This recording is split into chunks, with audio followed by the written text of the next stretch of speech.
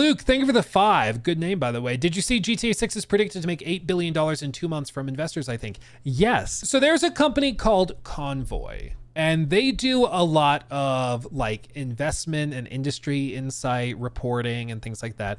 They did this report that we touched on in a little bit on stream like a couple months ago, where they deep dove into GTA 6 and all of that stuff, going through each of these, where they go through the entire industry, they go forward, they make projections, they estimate, they're trying to predict the price is 80. You know, they break down in-game purchases for GTA 5 and how this broke down. This was kind of interesting because this breakdown really gives you an example of how these games have changed.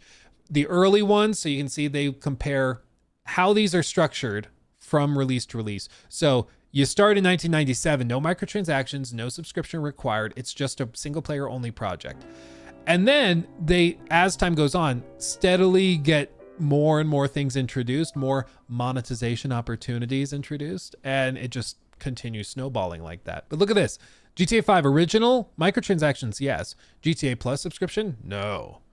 So check mark, check mark, check mark. And you go through this, GTA Plus introduced. This is something that like those of us who have been out of the GTA game for a long time may not be aware of, but they introduced this GTA Plus subscription service back in 2022.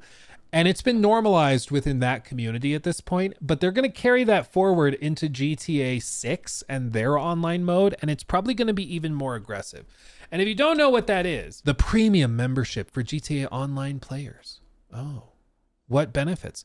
GTA Cash to bolster your bank account, special amenities at the Vinewood Club, new selection of monthly benefits, enhanced CEO and VIP perks, access to Rockstar Games titles as well. Wow. Wow. You see all sorts of specialty cars and vehicles that are exclusive to members. So you either get them for free or you get them at steep discounts as well. So you can save money on your ones and zeros. That's very nice. And I mean, people go hard for this. And it's one important thing to understand. Again, there's a good number of people who play these games a lot, you know, but same with like Star Citizen or Fortnite or Roblox or any of these like big platform games. There are people whose hobby is GTA Online or GTA Roleplay or whatever. Like they don't really play a lot of other games. This is their hobby. So they spend a lot of money on that hobby. You know, they might occasionally try another little game here or there, but in general, when they get home from work, they boot up into this. Like this is what they play. This is what they do. Now, why am I bringing up GTA Plus? Well, because this is a major factor in these analyst estimations of how much money is going to be generated. As you can see here, looking ahead to GTA 6, we believe they will use Call of Duty and Fortnite as their North Star for how to monetize the incredibly large and expanding player base for GTA 6. Call of Duty, $70 for the game, $10 for an 8-week battle pass, and $2 to $100 in-game currency packs to buy skins and other items. Fortnite, free to play the game, $9 for a 10 to 11-week battle pass, and $12 a month subscription, includes battle pass and other perks, and $9 to $100 for in-game currency packs to buy skins and other in-game items. GTA 6, here are their predictions for what they're going to do. $80, they do not need to charge 100 plus. He thinks they're going to stick to 80. Seasons and battle pass, $10 a month or $15 seasons if they're 2 to 3 months long. In-game currency, $5 to $200 options on a sliding scale. And they point to a lot of other references within the industry for this. And then this is the really interesting thing, okay? Right here. Convoy projections, just to put it in perspective, okay? They're estimating over the lifetime of GTA 6, it will cost roughly $2 billion. There's been references made offhand where people say, oh, it's going to cost $2 billion to get it to launch day. No, the understanding is that over the course, the original estimate where that number $2 billion comes from is an analyst that said over its lifetime, it probably costs $1 to $2 billion to build and maintain and run. It might only be $1 billion by the time it launches, if that makes sense. But these industry analysts are going to break this down and showcase based on their current projections of demand. And this, you know, there's some complicated math tied into this with like current gaming discourse, growth projections from previous games, industry growth, all of that stuff ties into this. But their analyst projections are pre-orders for GTA 6 will sell 10 million units. just in pre-orders. And that will account at $80 to $800 million in revenue. Again, revenue, not profit. So you got to take the cut for the platform. You got to take, PlayStation or Xbox's 30% cut, retail fees, all of that. But $800 million in revenue before it even launches. It's a lot. Day one, they're estimating 15 million units on day one. At $80 a pop, that's another 1.2 billion. By day three, they're estimating another 10 to take them up to 35 million total units sold. And that's another 800 million. By day seven, they're estimating another 5 million that'll be tacked on to that. That takes them to 400 million more. Within the first month, they are guesstimating a further 20 million units over the following weeks, specifically because their estimation is that GTA Online launches a month after the game. So there will be some people who aren't that interested in the single player component, but there will be a lot of people who are interested in the online. Like all of the biggest streamers you can think of, whether it's Kai or even like Speed, XQC, all of them are going to be playing a crap ton of GTA Online, GTA Roleplay. Like that's going to be the big thing. So they're estimating a big spike in sales right before or right when that happens. Okay. That's what these guys are estimating. And when that happens, they are estimating by that 30-day mark, a further 20 million units, bringing them to 60 million units sold to date, which is a further $1.6 billion in revenue. And by the time 2 months has passed, especially once the online starts to really pick up steam and everybody's playing it, all the streamers are playing it, they're estimating a further 25 million units, which takes them to 85 within 2 months, which is a further 2 billion, taking them to a 2-month running total of about $7 billion just in copies. That's just revenue. But that's their estimation. And then they're estimating on day, basically when the online mode launches, a 10% adoption of copies sold onto the online mode's exclusive premium currency or premium membership. And then by 2 months, that number will raise to 20% of total copies sold.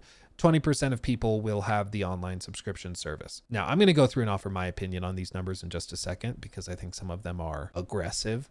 But their like analysis is suggesting, based on these stats and based on raising the price from $7.99 a month to $8.99 a month, they're estimating that will then generate a further $180 million in revenue just from that membership. And then further IAP conversions, so percentage of total games sold, generating a further 680 million, bringing the total to $7.66 billion within 2 months. Now, here's the deal. GTA 6 is going to be the biggest thing. Like, it's going to be the biggest thing. Every big streamer is going to be talking about it. It's going to pierce the veil of the mainstream, just like Red Dead 2 did. It's going to be huge, okay? It just is. And I understand every time we talk about GTA 6, there's people in chat who are like, well, I'm not interested in GTA 6, so I don't think it's going to do well. It's like, okay. But as always, we got to remember our bubble, okay? Our bubble is fairly isolated. We talk about games. You're watching a guy ramble about video games right now on a stream randomly on a Thursday afternoon.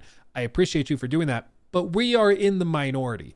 The vast majority of people are the types who buy 1 to 2 games a year, and they spend a lot of money on microtransactions within those games. This is just statistically the reality, okay? They are the like FIFA players, or I guess now it's football championship, I don't remember. The Madden players, it's the like Fortnite, Roblox players, it's the Call of Duty players. Those are the guys that are technically the mainstream, okay? And GTA has a massive mainstream appeal. It just does, okay? It just does. So I think that honestly, these numbers and estimations for like maybe pre-order numbers and day one sales, not crazy far off from what I think is possible for GTA 6. Where I think they start to get a little silly is when they start to get close to the online stuff. Personally, I don't I don't see the acquisition rate for GTA Plus being anywhere close to 10%, much less 20%. If you're telling me that you sold 85 million copies, I don't think 20% of those people, a solid 16 million people are signing up for GTA Plus to get like a discount on in-game cars. Like I just don't see it. Even as big as GTA 6 will be, I just don't see 20% of 85 million copies adopting this. Like I just don't see it. Do I think they're selling 85 million copies on console alone in the first 60 days? Well, so that ties into what I'm saying with the online thing. I feel like they get to the point at day 30 where they're like, yeah, this is when online's going to kick in. Let's just add 20 million and 25 more million. Like, you're starting to run out of consoles, dude. Like, am I crazy? How many PS5s have been sold so far? As of May 2025, they've sold 77.8 million PS5 consoles. And how many Xbox Series X's? 32 million? Like, are we saying that a solid 70, 80% of all current gen gamers are going to be buying GTA 6? Like, that's a lot, dude. That's a better attachment rate than like Mario Kart. And some of those Xbox players also have PlayStations, they're not going to be buying 3 copies, just to boost the numbers. People will share it too. Yeah, people will share it. Or like, if I buy a copy for PlayStation 5, like I have a few PlayStation 5s throughout my house. Granted, I do this for a living, but I do know some other people who have one in like their like bedroom on their gaming desk and then one in the living room. Like, I know people that have multiple consoles. So I don't know. I don't think there's enough people to sell 85 million copies in 2 months, personally. Now, counterpoint. I hear you barking, big dog. Luke, a lot of people are going to be transitioning into this generation with GTA 6. They're going to be waiting to get into the generation until they have this game. When this game comes out, they're going to go to the store, buy GTA 6 physical and also a PlayStation or an Xbox, which is certainly true. There's going to be a lot of people who go and buy a current gen console for the first time. And I think that that's very likely. I think that's very likely that there are maybe another handful of millions of units sold as a result of that. But I still don't think you got 85 million. I mean, that's so much. That is so much. It's hard to stress just how many copies that is.